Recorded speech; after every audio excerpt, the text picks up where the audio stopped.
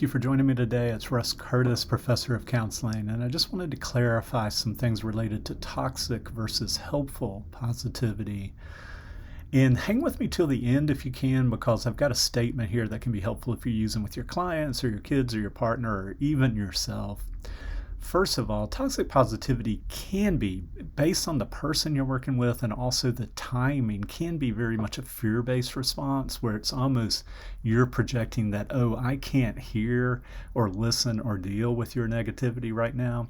And the fact is, all of our emotions are useful. So sometimes we do just need to dwell and sit in the negative emotions because that actually helps give us information about ourselves and others and where we want to go next. So using kind of toxic positivity statements such as just keep your head up, you can do it, don't dwell on the negative, dust yourself off.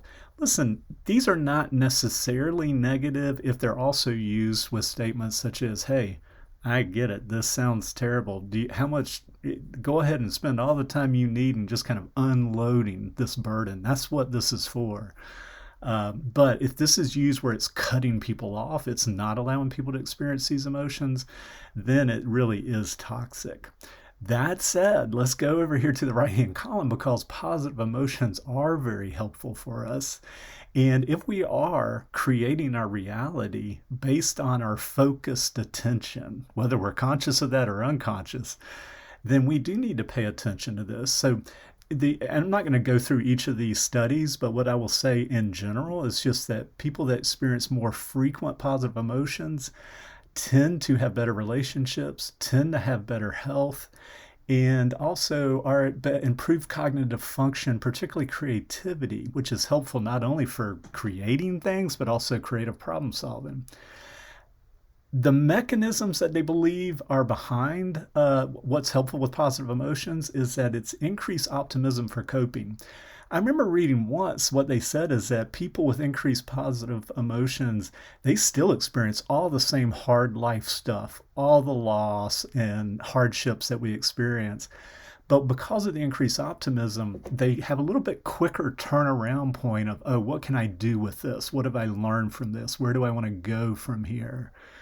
They also tend to be stronger social connections because people want to be around people that have more positive emotions.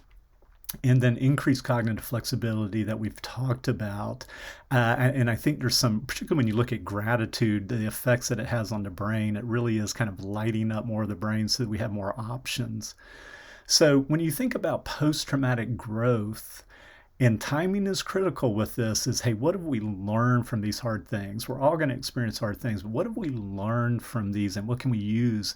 And so I love this statement that you can use with yourself and others is, hey, when and if you're ready, what would you wish to include in your next life chapter? What would be ideal? What would you want to see more of in your life? Because it sounds like that last chapter was really hurtful.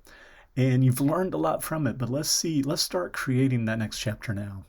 Okay, so I hope this is helpful. Let me know, and we will talk to you in the next video. Take good care.